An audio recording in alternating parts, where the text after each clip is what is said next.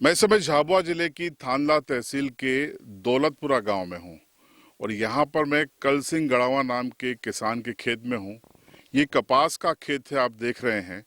और इस खेत की में विशेषता ये है कि इसका अधिकांश कपास तेजी से सूख रहा है। कपास नाम मात्र का है, ज़्यादातर हिस्सा इसका टूट रहा है। तो यहाँ जो तमाम किसान आप देख रहे हैं, इन किसानों ने बताया कि ये कहानी सिर्फ कल सिंह गड़ावा जी के खेत की नहीं है, बल्कि इस गांव में और इसके आसपास के कई गांवों में कपास के खेत की यही कहानी है। कपास क्यों नहीं उगा? क्या बीज गड़बड़ था या फिर इन्होंने जो दवाई डाली है वो गड़बड़ थी? अगर दोनों गड़बड़ थी तो जिम्मेदार किसान क्यों हो? सरकार इनको मुआवजा कब देगी? इनके ये जो खराब होती फसल का सर्वे सरकार कब कराएगी? ये तमाम सवाल हैं। किसानों की पीड़ा हम किसानों की जुबानी ही आपको बताएंगे। सबसे पहले बात करेंगे जो खेत के मालिक हैं। क्या नाम है आपका? कल सिंह गड़ावा।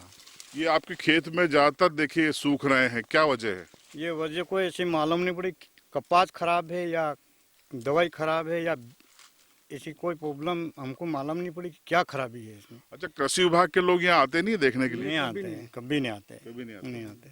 आपने बताने की कोशिश की उनको कि साहब हमारे यहाँ दिक्कत है? बताने की कोशिश करी तो वो कहते हैं इस प्रकार से कोई पूरे एरिया में किसी किसी के आए ना आए भी नहीं अभी तक। कितने खेत होंगे ऐसे जो जहाँ पे ये कपास गड़बड़ हो गया? सब लगभग पूरा एरिया, पूरी थानला तहसील पूरी सपाट है। तो किसी के यहाँ कपास इस साल जो हर साल होता ना, ऐसा कपास किसी के घर पे नहीं है। पूरा खेत सूख रहे। और गए साल 12,000 17,000 कपास कुंटल भाव था, इस साल 7,000 कपास भाव। और फिर ऊपर यो कपास हुकीरो तो किसान हूँ करी सके, कुनिन जैन रोवी सके, कुनिन जैन की सके, कौन माँ बाप कौन के पास जाए?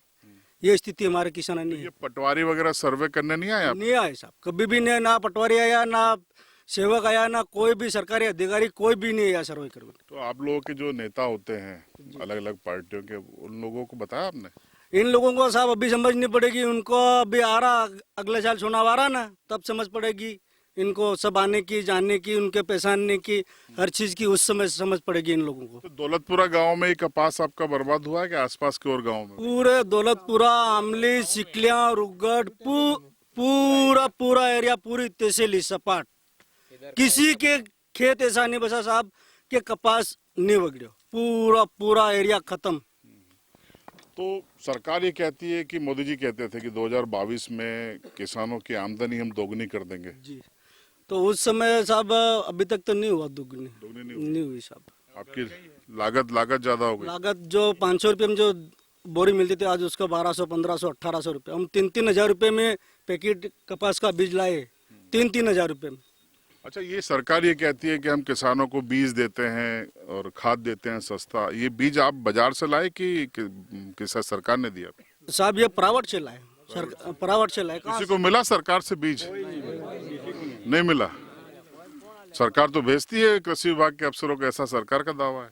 पर अभी तक तो हमारे पास कहीं नहीं आया बीज। सेवक नहीं देता? नहीं देता ना, वो जो बोने के टाइम में है और आएंगे हम जाते हैं तो वहाँ घूम कर वापस आ जाते हैं रखड़ के। टाइम आ जाता तो फिर आपको बाजार से लेना पड़ता है? बाजार से लेना पड़ता है, और बाजार से लेके आपको बोई तो करना पड़ेगा टीम टेबल से। देखिए, यही खेल कृषि विभाग करता है। क्या नाम है आपका? मेरा नाम रमेश मुनिया। आपकी भी फसल बर्बाद है? हमारी भी पूरी बर्बाद हो गई। अब ये हालत रहे कपास की, तो अब किसान आगे कैसे बढ़े, कैसे ऊंचा उठे?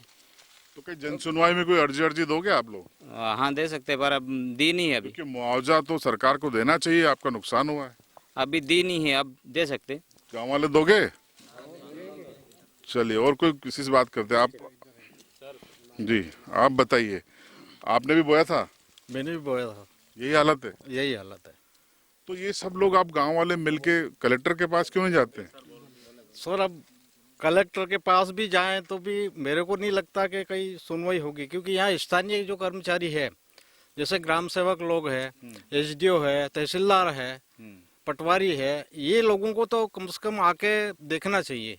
आज फील्ड पे नहीं आते अफसर लोग? नहीं आते हैं, नहीं आते हैं। अधिकारी लोग वैसे ही टाल मटोल करते रहते हैं। मैंने एक दिन एक प्रश्न किया ग्राम सेवक से, तो बोलते हैं कि साहब देखो, ये तो चीपी रोग है और सब दूर हुआ है, और ये ठंडी अगर ज्यादा पड़ेगी तो अपने आप ठीक हो जाएगा।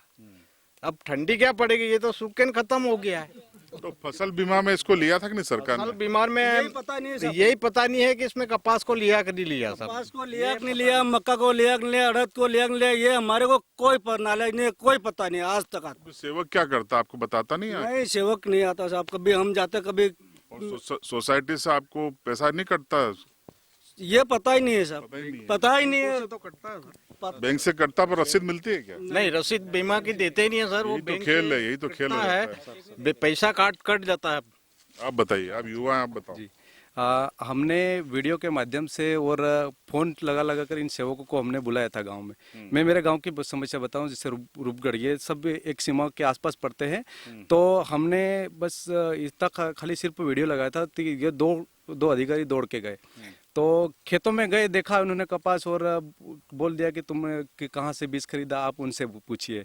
और फिर हमने वैज्ञानिकों को भेज दिया है, इसका जो सैंपल है, तो इसको वहाँ से जो आएगा फिर हम बताएंगे अभी।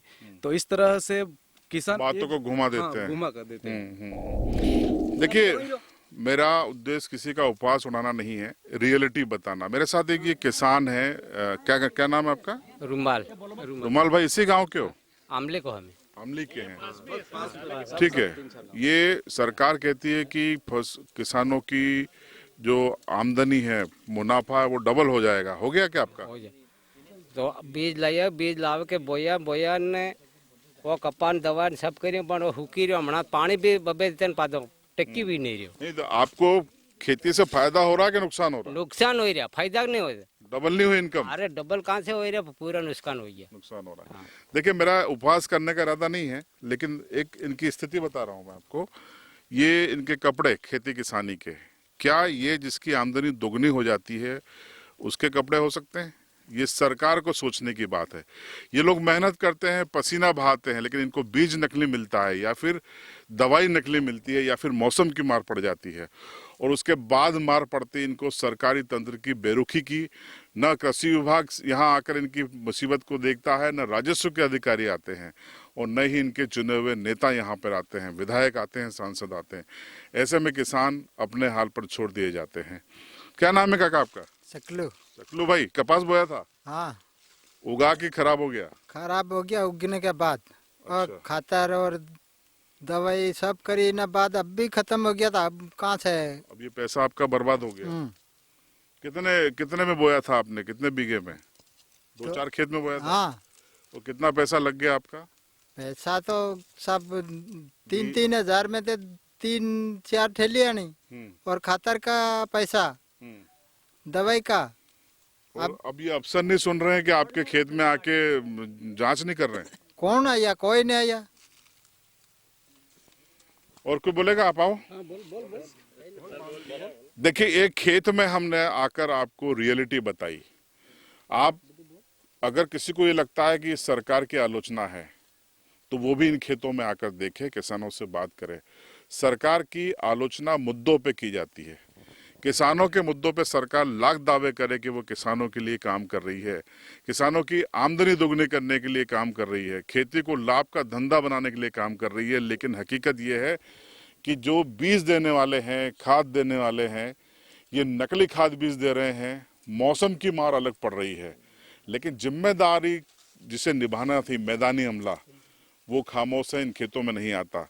जब स्थानीय मैदानी अमला खेतों में नहीं आता, तो जिले के अफसरों को कहाँ फुर्सत है, जिन्हें आजकल सरकार वीसी में उलझाए रहती है। तो बहरहाल अब सरकार खुद से अपनी पीठ थपथपा रही है कि वो बहुत अच्छा गवर्नेंस दे रही है, लेकिन रियलिटी क्या है इस दौलतपुरा के खेत और खलियान में आकर हमने बताई।